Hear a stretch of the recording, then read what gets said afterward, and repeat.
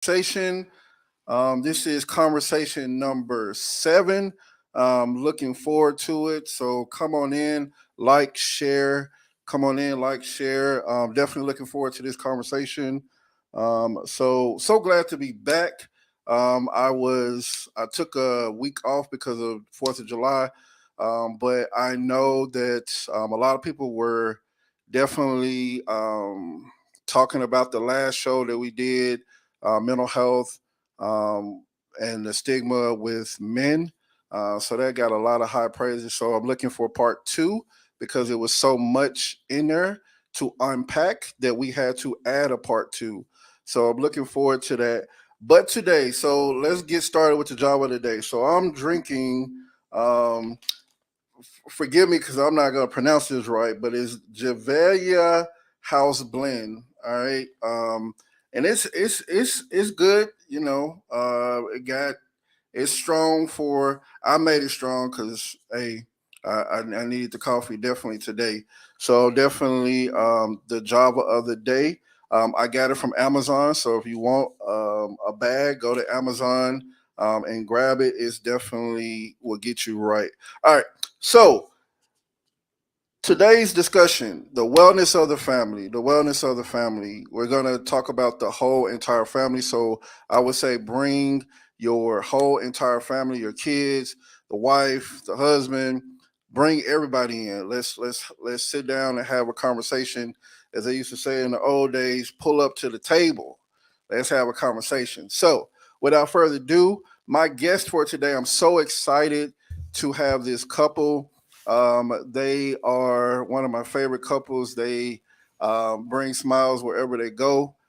They definitely travel and know a lot when it comes to the family and the wellness of the family. So they go to my church, and they both are directors. Miss Katura Boston and Mr. Kedron Boston. They both are directors.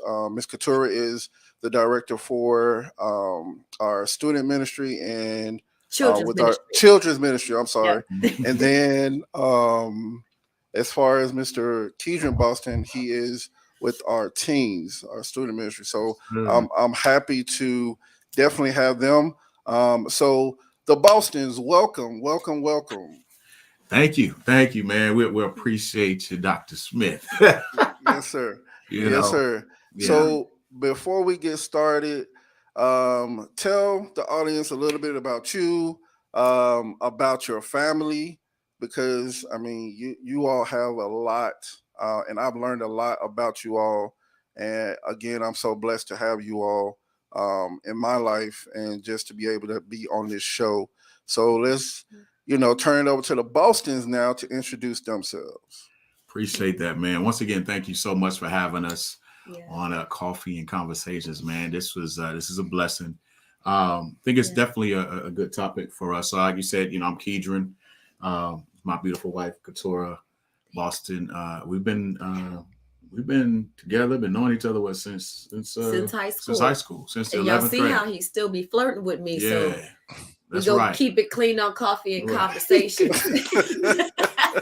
Listen. Okay. Okay.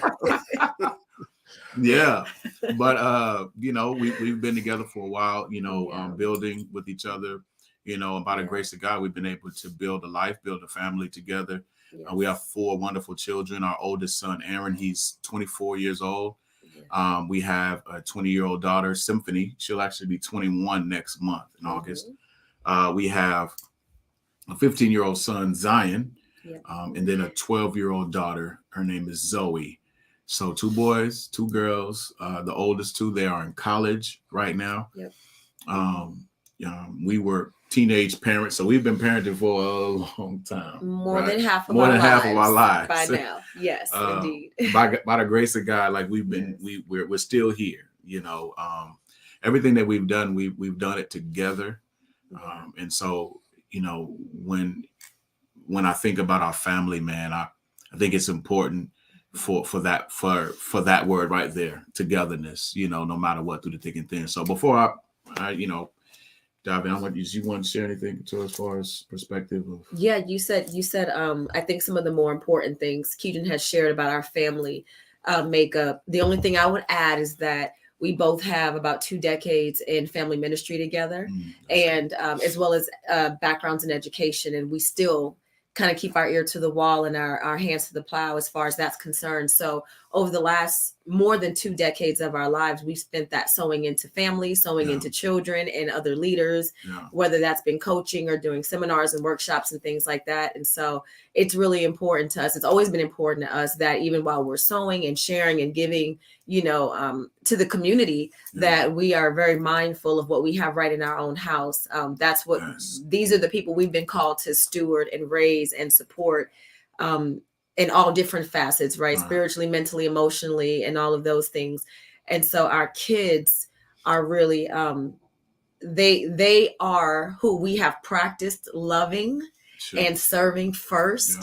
And it's what has taught us. They have taught us and have allowed us to share our gifts, our voice, our influence, or whatever that is, however much or how little that is, with the world. So this conversation on the wellness of the family, I think, is important for all families to hear and be talking about and making considerations.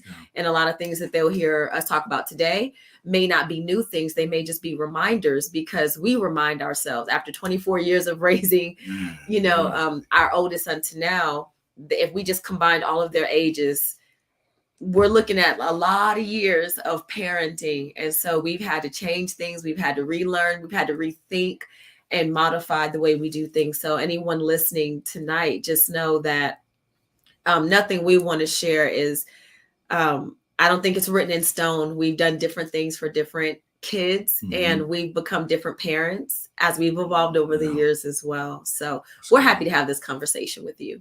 That's good. All right, man. I appreciate that. I appreciate that. Okay, so you all said something. Katura, you said loving first, serving first, your kids.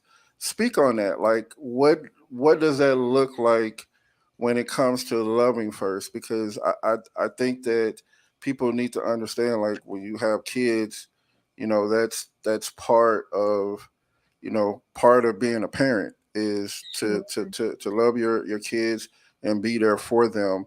And I think two questions.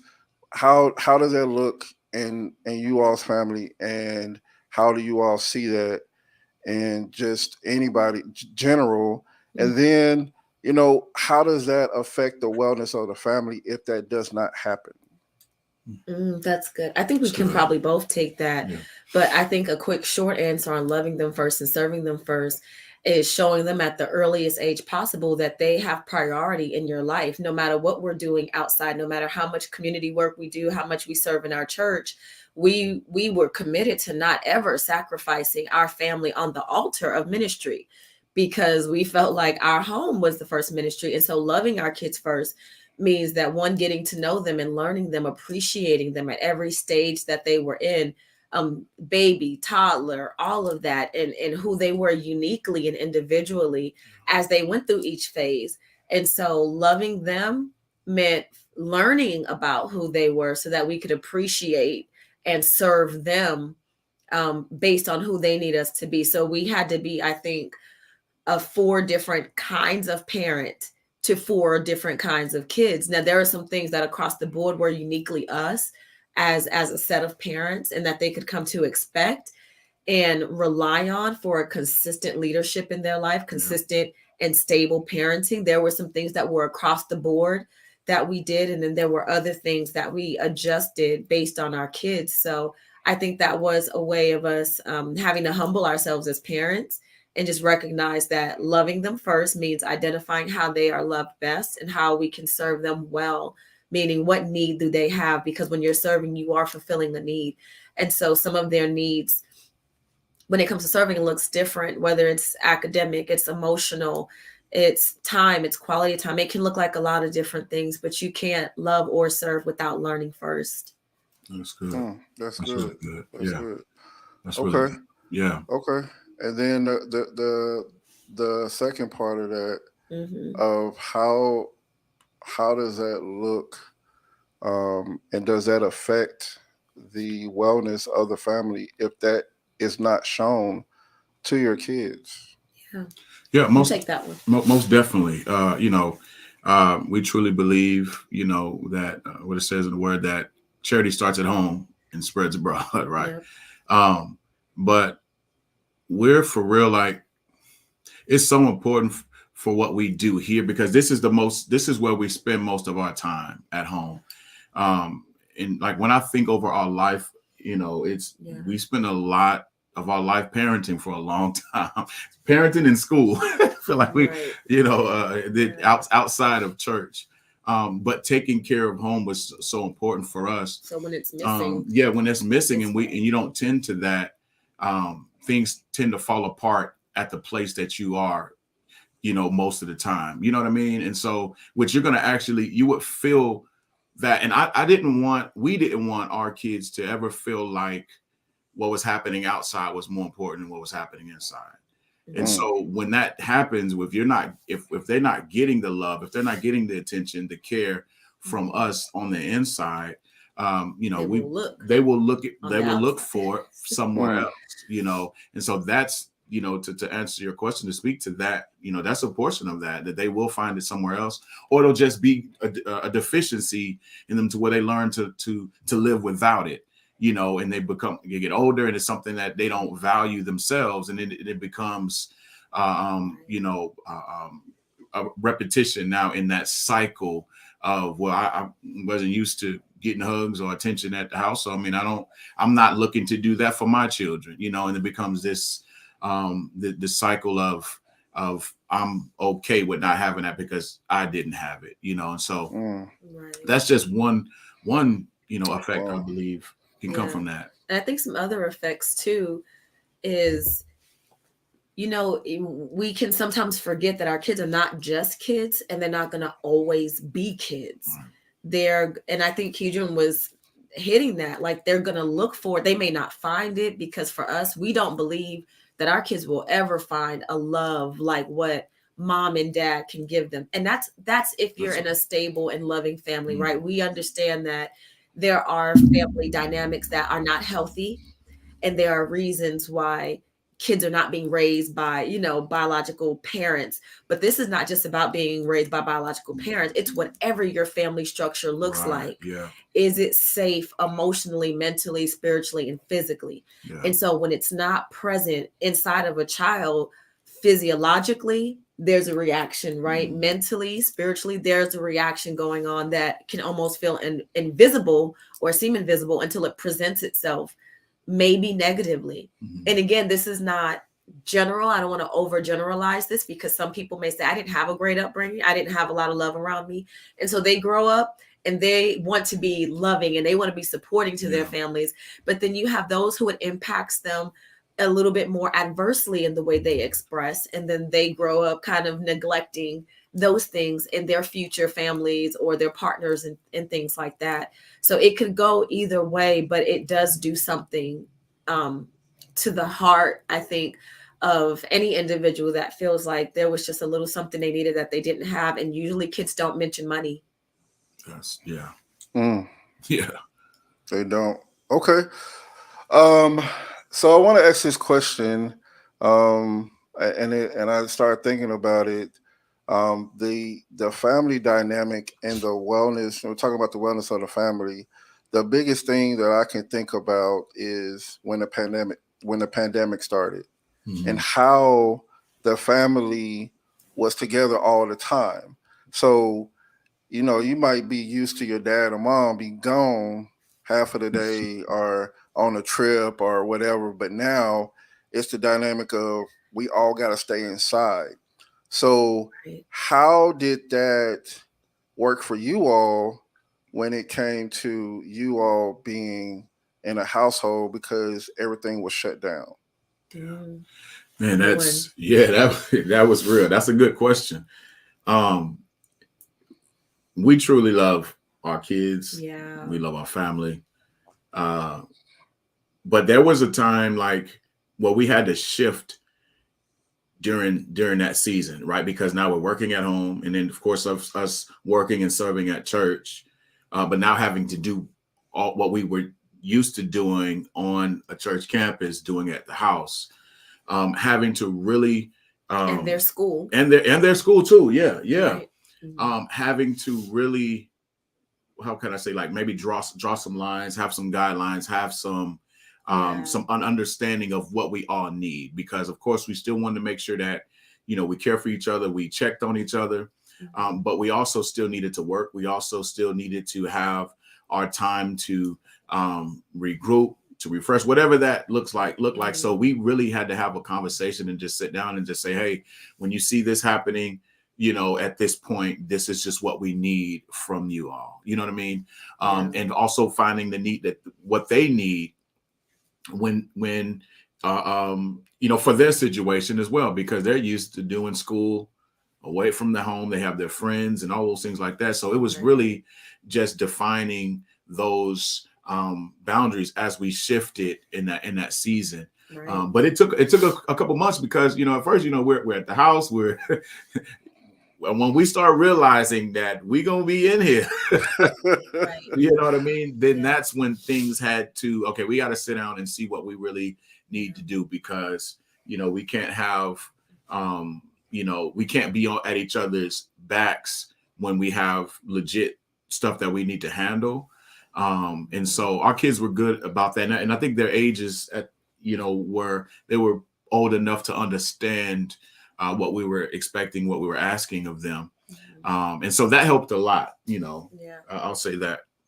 Yeah. I think Keedron did a really good job at sitting the family down. We did something called like our family kind of relationship agreement, where our kids got to not only express to us, but to each other how they were setting boundaries and what they needed. And so some of them said things like, you know, when I go in my room and close my door, that means I do need some alone time. So don't just barge in here. Can you knock? Yeah. And so doing that, and it was the same thing for us. We were like, you know, while we're working and y'all are looking for snacks, we would appreciate if y'all don't drink my ginger ale, or, you know, get into your dad's oatmeal cream pie. We're busy. We might be preoccupied and don't want to be disturbed, but that doesn't mean when we come back, we don't want to find our stuff. Come on, cream pies. You know, so it was a matter of setting some boundaries, and whether or not, I don't think any of us in the house really understood at a high level. Let's just be honest. I mean, when this happened, the shutdown happened around March, and it was closer to the end of the school year. So it was like, okay, May, they would have naturally been out of school, right? Aaron was in college. Our oldest son was in college. Symphony was in high school. It was her senior year. And the other ones were in elementary school and middle school and things like that. So none of us really understood, but once the summer passed and it was time for a new semester year, school year, and we were like, okay, we're really going to be at home. That was the moment where something switched on, and we're like, this is really happening. And so I will say this, because I think this is going to answer the question even better, because this was just like how we managed and how we got through. But the truth on how that worked was because of our relationship pre-pandemic. I don't think the pandemic, it only elevated what was already there. So if there was chaos in the family before the pandemic, I think it put a magnifying glass to it, because we also know during that time, child abuse and spousal abuse, domestic violence, that went up 25-30%. People were killing each other in homes, like literally taking the lives of their loved ones. Young people were graduating during this pandemic and being told, you have to get out the house. You got to figure this out. You got to move out. You got to get a job. You got to try to make it on your own, because I'm short on work right now and I can't afford to carry another adult person. You got to figure this out the way I figured it out. So there was a lot of turmoil in those things that we heard too, just as community and church leaders and educational advocates that came to our direction. So knowing that, it was very apparent that whatever the house dynamic and the home structure was like pre-pandemic, it was only elevated during the pandemic. That's good. Yeah. Wow. Oh, Mhm. okay. Amen. Yeah. That was deep. Okay, So, so I want to go to something that was said. Keisha, I think you said it. When you talk about emotions not being shown, so they're gonna look for it somewhere else. mhm. And how does that dynamic? You can look at your dad. A son can look at his father, and he's watching his father. I remember my one of my pastors used to say a long time ago, people are watching you near and afar. So you never know who's watching you. But the dynamic of a son watching his dad, because he's the leader, he's the head of the household. But if he's not leading, how does that, affect one, the son, and two, how does that affect the relationship between you and your wife? Because you're supposed to be the one leading, but then if your son is not seeing a leader, how do they, move past that um, dynamic in their life? That's good. Man, that is good. Mhm. Well, truthfully, flat out, they'll be left hung out to dry. They won't have any direction. They won't have any, like you said, you don't have an example of what that looks like. So either you won't do it, you won't know that it's a need. It's different if maybe you see it and then dad somehow falls off or something, and it stops, versus where it wasn't there at all, when it comes to it. But I think it's man, it's hard to. Well, it's not hard to speak to. It's just straightforward. If they don't see it, they can't be it. Right. Mhm. And so I would say, just as a father, to just be proactive and understand that your kids are watching. Like, you are their hero. Mhm. You are the one that is it. That they belong to, and you belong to them. And so no matter what you do, they're watching, and how you do it, right? They follow our lead. They follow our lead. And so for me personally, to be mindful of that, and I want to lead my family. Like, I want them to know where we're going. Mhm. And as much as I can give them that direction, as I'm praying and I'm being, and I'm seeking, for guidance for my Yeah. family, because I believe that I need God in that way. And so as I pray and seek, then that's where I can lead from that place. So, Yeah. if I just think if my sons didn't have that, they'd be lost. If my wife didn't have that from me, she'd be the one to have to lead for both of us, really, because she Yeah. leads well. Mamas have done that for ages. You know what I mean? Yeah. They mothers have their own way of leading, a family, Yeah. even when dad is there. It doesn't take away from what I do or what I contribute. It only adds to that Mhm. portfolio, that parental portfolio. Right. And so when we don't have that, it's a lack of an asset, when fathers aren't intentional about, leading in the way that's intentional. And you don't have to be perfect at it. I think you just have to think about, where's my family at and what do we need right now? Right. Mhm. What, you know what I mean? I think it's Simple as just as that. as simple as that. Like, where are we at right now? Like, I don't have to have all the money. I don't have to have the best job right now. Yeah. Um, But how do I how, steward? how do I steward where I'm at now? There was times Yeah. where, I had jobs where I've been having 1099s for, you know, decades now. Thank God I have my own businesses, and we're doing those kind of things. But, as a teen, I was making cash money and I had to file that way. So I had to make a way with what I had. And so I would just say, and then I'm a pause, but I would just say for fathers, no matter where you are right now, just think about what you need, Mhm. for yourself, right? Because we have to make sure that, we're clear on where we stand mentally, Right. before we can really pull someone else along or lead them, and then see what your family need, what your children's needs are, and your spouse, if you're married or you're in a relationship. I think this is a good time to really just take inventory and see where you're at and how are you leading. I think just asking that, well, how am I doing that? Okay. All right. You said something else that really it got my attention, because I see this so much, that the kids will look somewhere else for parenting. If they don't see what they think a parent is supposed to be, they're gonna look somewhere else. And sometimes that somewhere else can be negative.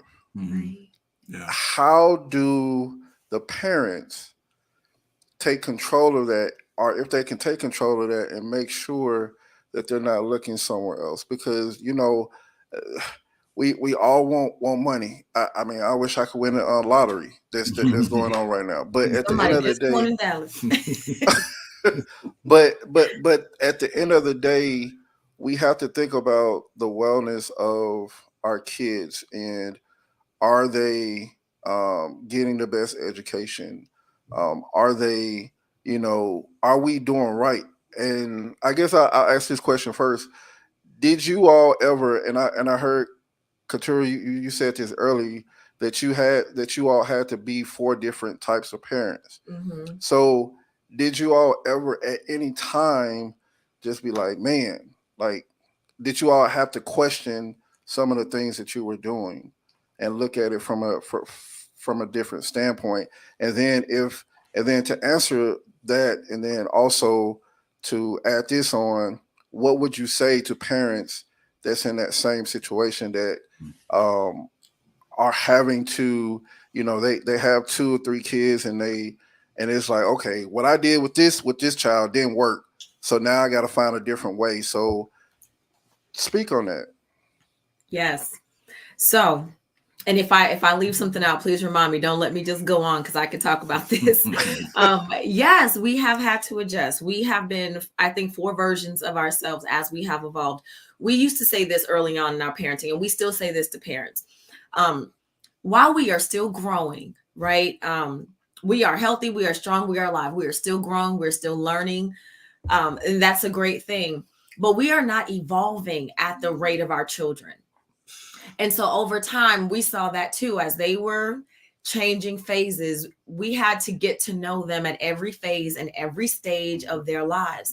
And so, you get one kid down and you get them figured out in whatever phase they're in, and then they move on to the next phase. And as a parent, you need to be flexible and move into that. I share this example. Aaron was 6 years old, and I think at the time Symphony might have been 3 years old. And so I was making them lunch, and I handed her a spoon and I handed him a spoon. And he looked at me and he was like, Mom, can I have a fork? And I was like, yeah, you're 6, you're in school and everything.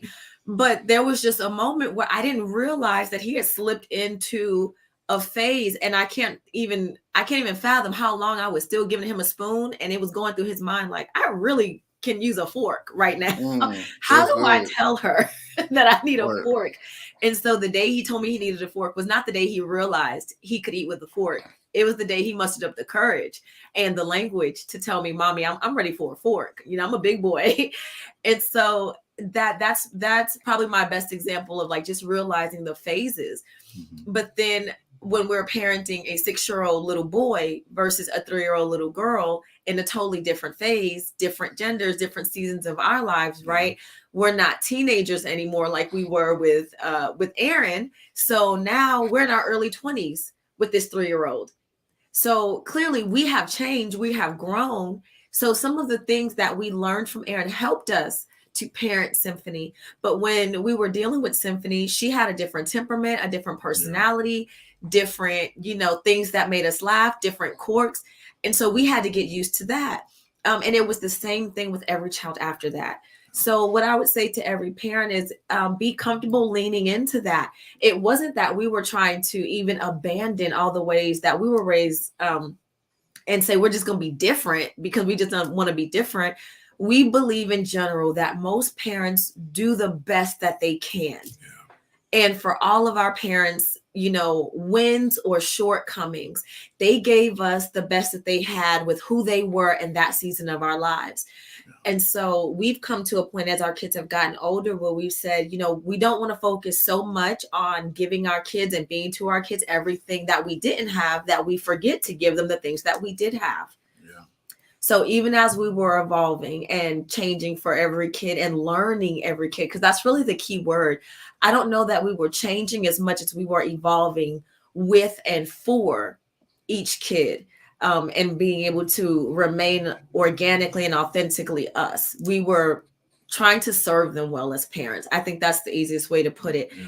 And it does take a posture of humility to say, what worked well for one child, it is not the same for another. This one I can be a little bit more gentle with because the look on my face will put them in tears. And this other one's a little bit more stubborn. And we got to do a little bit more talking to, and we have to do a little bit more training and a little bit more consequences. You don't get to watch TV. Whereas the other one, you just look at them after they've made a mistake and they're in tears. Yeah. So you learn if you're paying attention, right? Like my husband always says, if you're being intentional about learning, you will pay attention to those things and adjust accordingly. And it doesn't mean that you're being weaker or stronger or more harsh or more lenient toward your children. It's just, again, it's loving them first and serving them first. But you do that by learning them first. That's deep.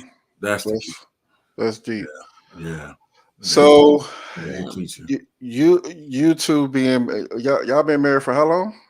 It'll be 16 years on the 20th of this month. Mm-hmm. And we've known each other 24 years now. Yeah. Well, look at God. Yeah. Look at God. So with that, you all being married, how do you all, because I think this is very important when I ask this question, and you all can speak on this, is how do you all as the mom and dad take time for yourself because of the wellness of the family and making sure that you all take time and take a breather from your kids? Because everybody was like, man, I got my child for 18 years. Most kids, for 18 years. Yeah. And it's like, okay, after that, like, they're off and they're doing their thing. But before that, I have them. And so how do you all, in that matter of when it comes to just being husband and wife, take that time out to make sure that you all are well, to be able to pour out? Because if you're so empty because you've been drained so much because you got so much going on, you can't pour out to your kids. So how do you all as husband and wife take care of that and do that? Yeah, that's good. Yeah. Intentionality. I was going to say, jump without talk to him. For sure. Like, seriously, and then, of course we feed off of each other. She knows what I need if I'm going, I know there are times where I'm going 1,000 miles a minute because, I'm driven wanting to handle tasks and get things together. She knows how to pull in my reins and say, hey, you're actually doing better than you think you're doing, Yeah. And vice versa. She's very, when she's set on getting something done, it's gonna happen. Rain, sleet, sun, whatever the conditions are, she's gonna accomplish what she's setting out to accomplish. And so, which is great, but also me being attentive to her too. Like the check engine light. Yeah. Right. Yeah. We look for each other's on that. Yeah. And do you think it's fair to say this? And you jump right back in. Hopefully I didn't cut off your thought. Did I do that? No, go. Okay, because I don't want to do that. You always have great things to share. I think too, there are seasons for it. So when you think about a child like, I'm not going to be able to have a life for 18 years. I think that is probably the incorrect posture and perspective. Y'all don't kill me in the comments. Hold on, stay with us. Because it's not that black and white. It's not that cut and dry. There are seasons.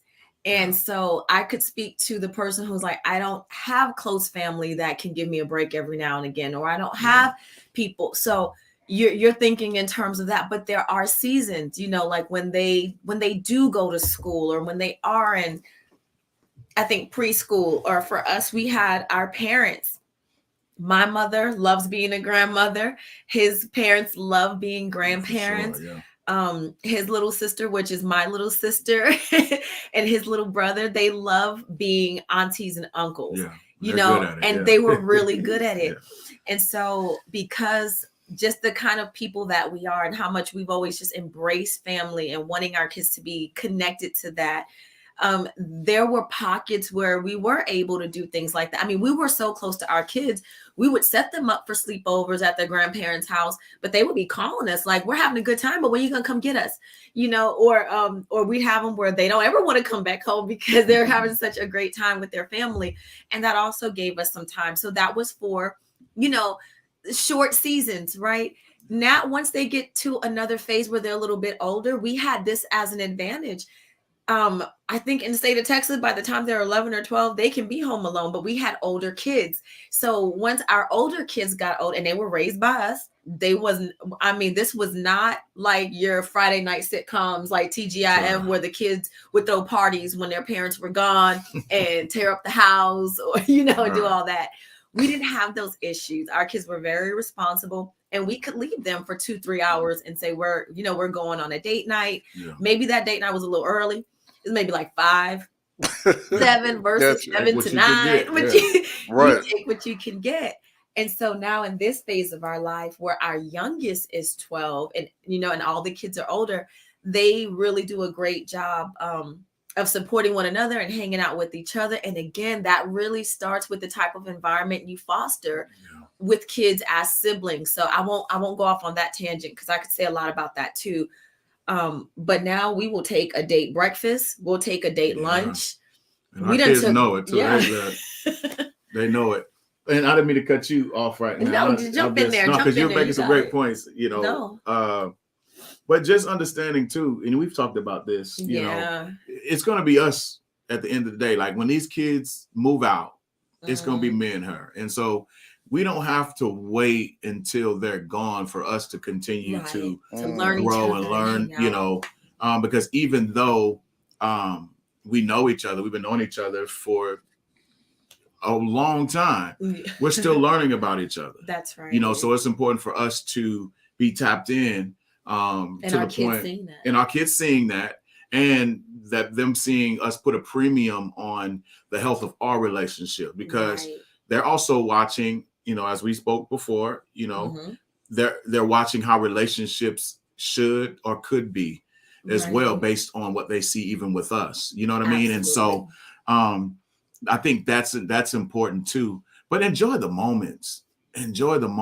Like as parents, it goes by so fast. For those of you who are parents who have kids that are out of the house already, or thinking about it even. Yeah, but you know how fast that time has been, you know. So for those of you, I know we got a couple brothers watching that have babies, young babies, enjoy every season. Yeah. I remember this, and we can move on. I remember when Zion was probably around 1, he was about 1 year old, and we used to take turns, you know, waking up. I don't have a problem, getting up, and sometimes, you know, I would be up whether I'm recording, I'm making music, or I'm just up, you know, that wasn't ever an issue. But I remember one night we were laying down.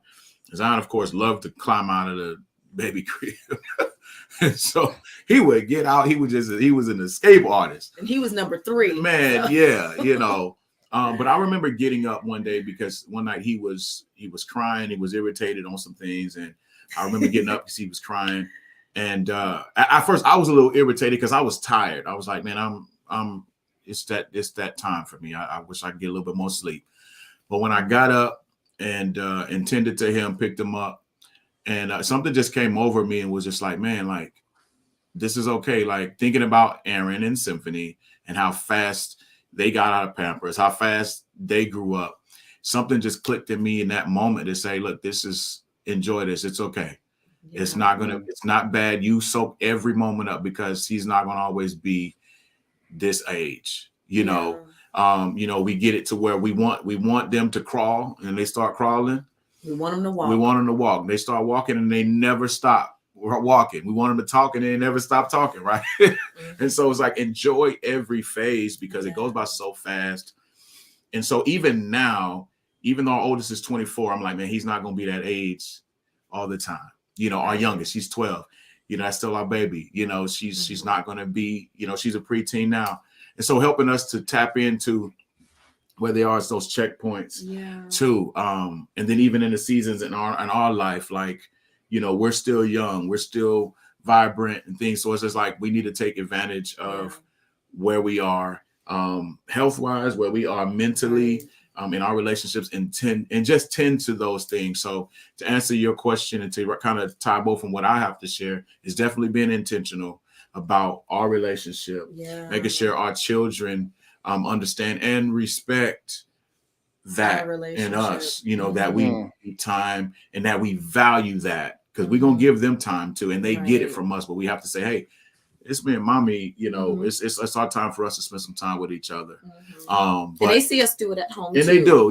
Yeah. So it's just a wonderful journey, that we, are just trying to stay mindful as best we can, to what's happening, so we just trying out here. Make those adjustments and do the best we can, man. Do the best we can. Yeah. So, wow, man, y'all said so much. I'm taking notes and I'm putting things down. But one of the things that you all said that I can relate to, and I think about, the moments.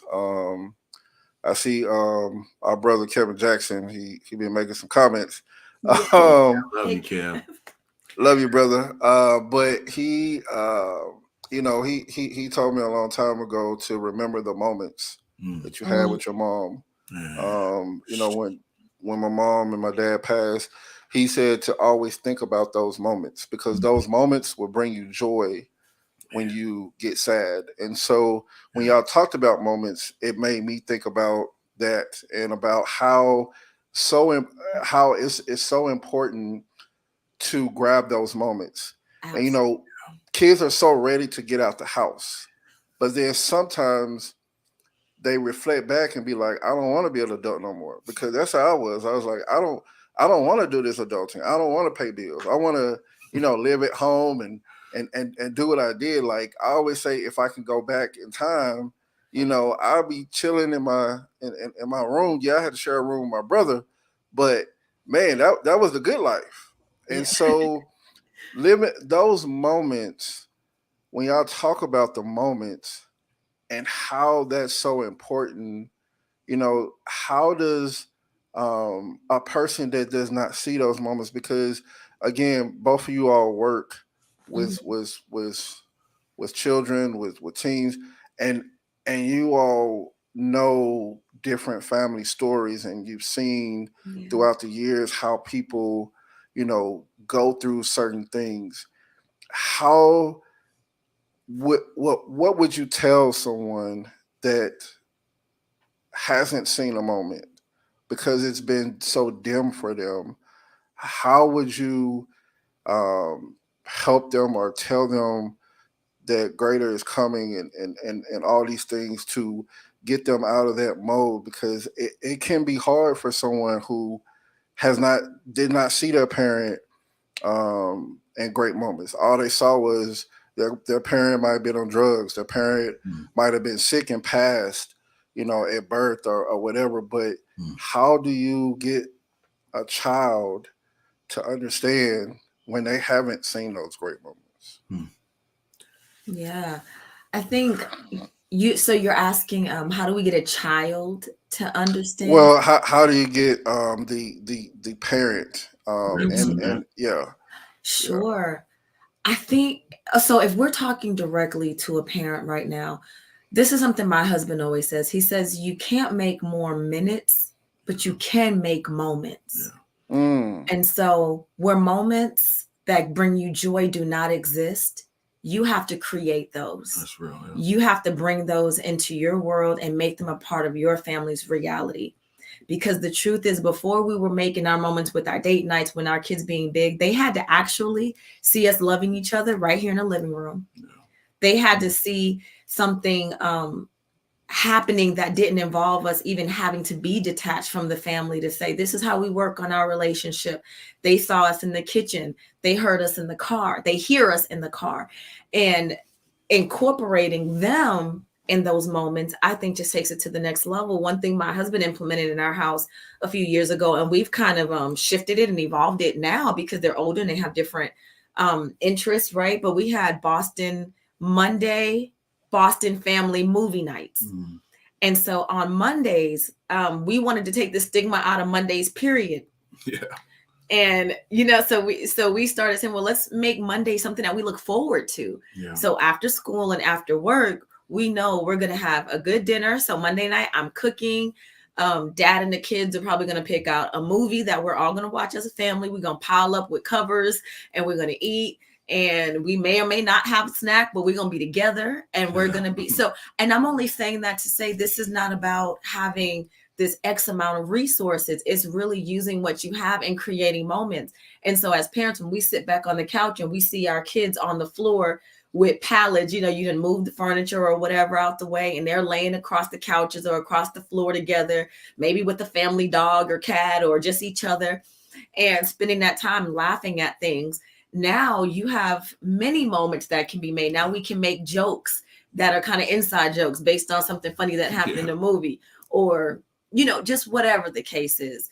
I think that has been big for us. And these were things that before we were going out. Now, we can say, let's just go to the movies and let's, order food. And they want to see different things. They want to go different places. That has evolved. But for a season, they're like, this is what we can afford to do. So we're not going to let anything come between that time. If someone called us, what you doing? It's not like, oh, nothing, just watching a movie. It was like, no, we're having movie night. So everything else is shut out so that our kids can also see and hear us and witness us prioritizing the family. It's good. So as y'all are talking, I'm thinking about more stuff. So when it comes to, when you talked about doing Boston movie night, and, people think that you have to go and spend money to go and do things, and that you have to do this and do that to have your family, that dynamic. But I think that the pandemic taught a lot of people how to function as a family without going out and spending money. Right. And I think that helped in that dynamic. But when it comes to just the ideas of how do parents get their kids to understand this idea of family, because and I'll say it like this and then I'll have you all answer. But when we were growing up, I remember, sitting at the dinner table with my parents. I remember, growing up, but as we got older, that kind of went away. And I feel like a lot of stuff that that came when we were growing up kind of went away. And I understand as time goes, things change. But in that dynamic of just having ideas to be able to have family time, what would you all say about that? Instead of going out spending money, we're going to go and see the movies. Everybody get popcorn, everybody get drink. So that's spending more money. Or taking vacation time. If I don't have the money, how can I still show up for my child, for my kids, even if I don't have the money to do that? I think you teach them. I'll say this first. You teach them you show them family more so than you teach them. And you teach them by showing them. Yeah, that's good. And using what you have. Because we had there were times like, I think Christmas, there was one year we just drove around. We found a place that we could pay for the car and see all the Christmas lights and all different kinds of things. And that cost little to nothing. I think it was $8 for everybody in the car. And we stayed in the car and we rode around and looked and we took pictures and they had their phones out. Or you can find a neighborhood. We looked at Christmas lights in the neighborhood. That's free. It's still about making those moments, and you show that. I think you can show them better than you can tell them. So define what that can look like and make some moments. Yeah. I think that's good. Yeah. Just don't overthink it. I think that's it. Just Don't live. overthink it. You know, sometimes it's the small things, it's the little things, Yeah. you know, that make the big impacts, you know. And I think Yes. just it's okay to give yourself grace and to try if you hadn't seen it. What is it that you know? Start with interest. You know, you can always have a conversation and ask your kids what do they like. For the most part, parents, you know what they like. You know what I mean. You know some of the things, but I think being proactive and asking them questions. Yeah. Of, hey, you know, if we, you know, we're not gonna be able to go nowhere this week, but Mhm. what would y'all want to do at the house, you know, Right. together? Yeah. I mean, we've done stuff by like building forts. My mom used to do hide and seek in the house, Come whatever on you're now. willing to do. You know what I'm Making saying? snacks. Right? Making snacks, whatever you're Like willing to cooking, do. baking, yeah, whatever you Yeah, want to do. as a parent, Mhm. it's on you to make that choice, right? You don't have to do nothing outlandish that you're not used to doing or that you might not be down with. You know, you don't have to do, you know, nothing that you're not for. But I think Right. having a conversation, thinking about it now ahead of time Yeah. before you get to the point where you want to make a family moment, but they want to be on the phone or they want to play the video game. Yes. Not a time that's probably won't be a good time to sit down with them, you know, when they're already into doing something. You know, you're gonna have to find a moment, find a spot to say, hey, you know, just real quick, you know, what is something that you would like to do, you know, just at the house that we can do together? And we You used know, to do so that with family meetings. We used to mhm, just, and sometimes they were random. We would just call all the kids to the living room and like, let's just have a check-in. Let's just talk. yeah, How's everybody doing? How's everybody feeling? What's going on with your friends? What's going on with school? And getting real specific. What are some things you know you like to do? Do you have any new interests? Zoe, are you still drawing? Zion, are you still, you know, designing this? That, oh no, I'm not doing it anymore. I'm making something else. Oh, why don't you go get it? Let me see. yeah, You know, those Wow. are things, and we could spend 45 minutes just in the living room checking in and seeing what everybody's doing, and it didn't cost us a thing. yeah, Setting boundaries even on, you know, outside time and social media, it is a big one for our family too. You know, we have cutoff points for that, and we adhere to those as well. But one of the big things too, if you have a family of multiple kids, I think it's really important that we teach them how to be family with each other. yeah. As our kids were growing up, and I was like so dramatic at times. I mean, I would be like, if I die, y'all gonna have to take care of each other, you know. And I would tell them, like, that's why I don't want you fighting out in public. I don't want you arguing and getting loud and acting crazy. I don't want you putting your hands on each other. I don't want y'all thinking that play fighting is a thing or being mean to each other is normal. This, and my husband used to said it the best. He said, this is not a Disney house. This is not Disney Channel. This is not a Disney family. Y'all are not Disney kids, and we are not Disney parents. In this house, we are respectful, you know, to parents. We're respectful to each other, how we talk. And over the years, we have seen like how close they are, Yeah. because there were certain things we're like, we're not normalizing brothers and sisters constantly fighting Right. and hurting each other, or it starts as a game and then someone's hurt. And this is not judging any other parent. This was just what I felt like I wanted to see in our home.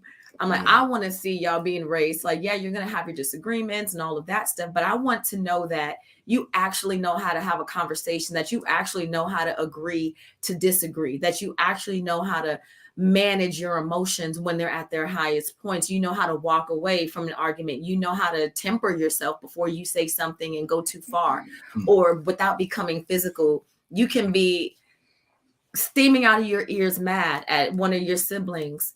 You will not put your hands on them, Right. you know, to express that. And by doing so, we are showing that example. They don't see that between us. We don't want them doing that in their house. I don't want my daughters growing up thinking it's okay to scream and shout at their husbands, putting their hands on them. Yeah. They're Same not with my going to see sons. me do that. You know, And we're raise your not voice going at your sisters, you know. right, not yelling, you know, yeah. shut up. I almost thought, I'm like, can I say that word? But we don't tell each other shut up. Yeah. You know, and their tone of voice. He checks the boys. He's always checked the boys like, hey, you don't need to raise your voice that high at your sisters. You can talk to them. And then on my part, I'm like, ladies, if they are talking and it's their turn, like, be respectful. Yeah. There's 4 of y'all. Everybody's gonna get a turn to talk. but we're trying to model for them like, this is not what I want to see you be. I want to see my daughters be strong, but I want them to be submissive and kind and caring, supportive wives as well. And so that starts with their sibling relationships. They are practicing that with one another. So teaching them how to even do family with each other is really important, because one day we won't be around with them. Are they going to still take care of each other, listen to each other, be considerate and kind, and protect each other? That's good. Yeah. Wow. And be okay with having, conversations like that. Be okay with when you ask your kids questions, if they give you the, I don't know. Yes. I don't know. Oh, nothing. Everything's Don't good. take it personal. Don't take it personal. Just be consistent. Yeah. Right. Because that's good. Our kids have canned answers. I used to do a lot of radio interviews. It would tell us, have these canned answers. Let people know how long you've been singing. You should already know that. You should already know what you've done, what you're doing. So there's these automatic answers that we have when people ask us questions, because we know what they're going to ask. It's the same with our kids. They're used to people asking them, how's your day? How are you doing? Is everything good? Boom. And it's just like, so if we stop there, good. Now we out there hair, and they're like, cool. Like, we're good. Right. And sometimes that happens at home with us. But for me and for us, we know, like, our kids know, hey, we're gonna have this conversation, not in a like a picking on way, but like they're gonna know that they're gonna check on us. They're gonna really know what they want to know, how we're doing. I started years ago asking them, hey, how was school today? Oh, it was good. What made it good? You know what I mean? Tell me something, like what made it good. And then that just got me a step closer to me just genuinely wanting to know how my kids are doing, because that's important. And as a father, I'm used to my kids always coming to me, hey, dad, hey, dad, hey, dad, hey, dad. Well, for me, that's cool and fine, right? But I also make sure that I take time throughout the day, and I try my best to do it every day. And it's just kind of automatic. He does. I'll go find them. I'll go look for them. Whether I go in their room and I'll go in there and do something, maybe put my toes on on the corner of their bed or something, or do something that they know.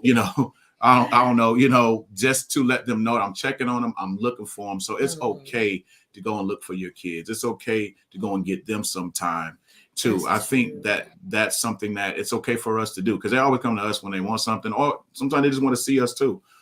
But I would say that, and don't be offended, and don't give up, and they give you those canned answers. Just be consistent, so they can know, like, I genuinely want to know how you're doing, even if you have to do it like that. Look, I care about your, not just you being fed. I care about how you are mentally, spiritually, emotionally. And I really want to know, sometimes we have to break it down to them like that and let them know I love you on levels. There's levels to my love for you. And it's okay for our children to know that, and they need to hear that. And sometimes, even though we didn't see that when we were coming up, we got to be that, right? I tell students, we tell kids all the time, if you want friends, you got to be a friend. Sometimes we have to be what we want to see. Right. And sometimes we have to be what we didn't see, That's fair. So I hope that helps. It did. And wow, man, I'm gonna end up having to do a part 2 with you all, because the more that y'all say, the more that I'm putting down in my notes, and I'm like, yeah, we don't have that much time left. But I did want to ask this last question. Well, second to last question. You talked about love. And I think that is very important, because sometimes as parents, we didn't see that, like, growing up. Our dad, our mom, we only, for me and my brother, it was just my mom. And understanding the word love can go a long way, but being able to truly show it and your kids see it is very impactful. And so how would you all, tell a parent, or, just give advice to a parent that's facing those difficulties, and of, thinking that their kids don't really love them, or they're trying to show that love, even if they're a single parent, just trying to show that love, because it could be the mom in the house with her son, and it's like, I'm not a man, but at the same time, I'm showing you motherly love, and I'm trying to be here for you. But that resentment, and I'm speaking from, I'm telling my truth because that's what happened with me. But understanding how can a parent that is facing those different dynamics, still try to reach out and show that love. I know you talk about consistency, but what else, what other things can they do? Because that word goes a long way when it comes to the child and the parent. That's good. I think if we use that example you gave, maybe the single mother, just as an example, I think it is hard. I know it's hard. My mom was a single mom. And I think one understanding for the parent that you're not going to be able to fill the void that's missing. And sometimes you have to fall on the sword in a different way and just flat out tell your kids and just be honest. I know you need more than what I have to offer you, but I'm giving you everything I've got. And I'm so sorry that these are the circumstances in which you have to be raised. I wanted you to have your father in your life. I wanted you to be able to know what a family dynamic could look like with the mother and father present, because you are so worth it. You deserve it. There is absolutely nothing wrong with you. And there are mistakes and there are choices that adults make. And at the time, we didn't realize, I don't think either one of us realized the impact that it was having on you, but you did not deserve to feel how you feel now.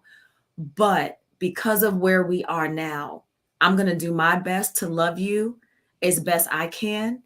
And it would really help me if you do your best to just love me the best you can, for what I can give to you, for who you are to me. And let's just get through this together, because this is not what I wanted for me either. And it's definitely not what I wanted for you. And sometimes just that honest, heartfelt conversation may do a lot to just help disarm that child who's having these real big emotions that they don't understand.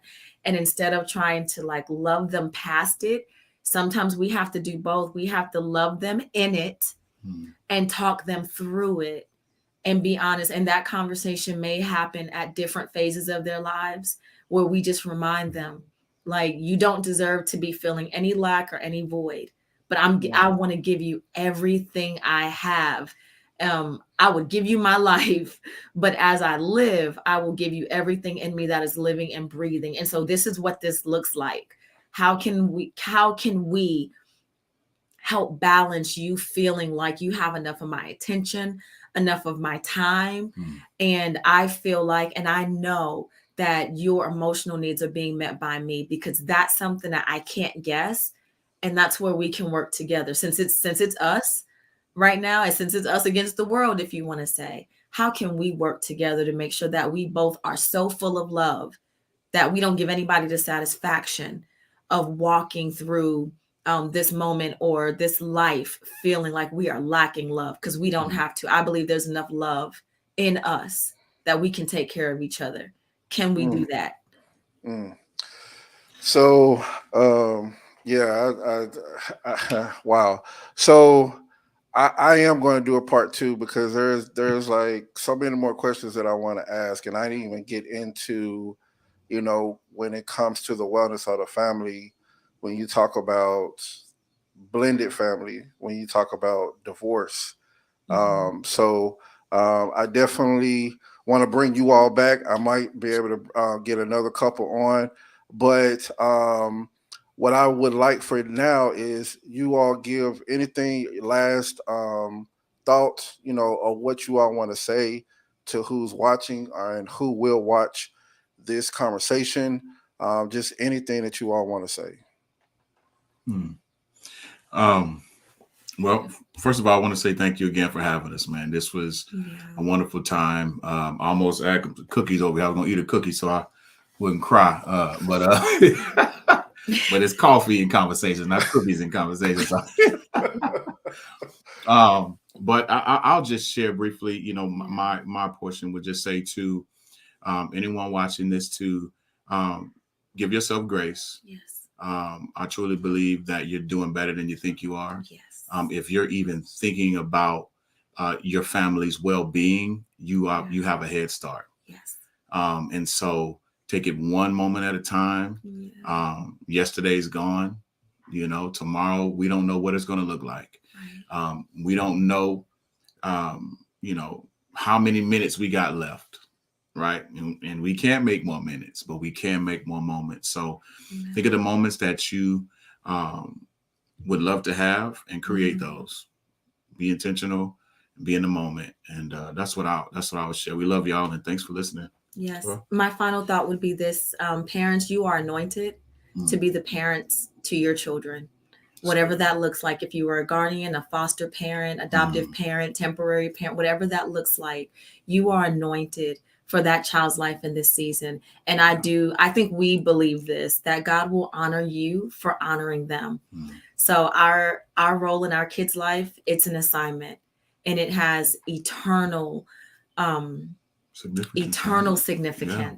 So just keep doing what you're doing. We don't do what we do without God and without doing it together. So that's my last words to y'all. God bless you, and we pray that this helped you guys just a little bit. Well, I want to thank the Bostons for coming on here. I can't wait until we have this conversation again. I'm going to do another part 2. Someone told me last week, they said, just let God use you, because I keep saying it's going to end on this day. But when I have these conversations, I'm like, okay, I can't let this end with just this. There's more meat. There's more things to unpack. So definitely looking forward to having you all back on, even when I finally do the panel and bring everybody back on. But again, thank you, Keturah, and thank you, Kedron, for coming on. Next week, I want to talk about next week.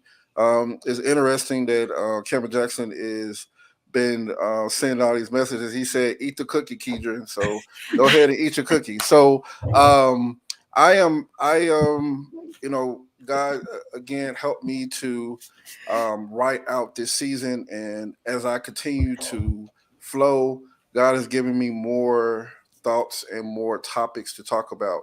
And so I wanted to talk about sports and mental health. And the best people to talk about it, he's like, I always call him my therapist.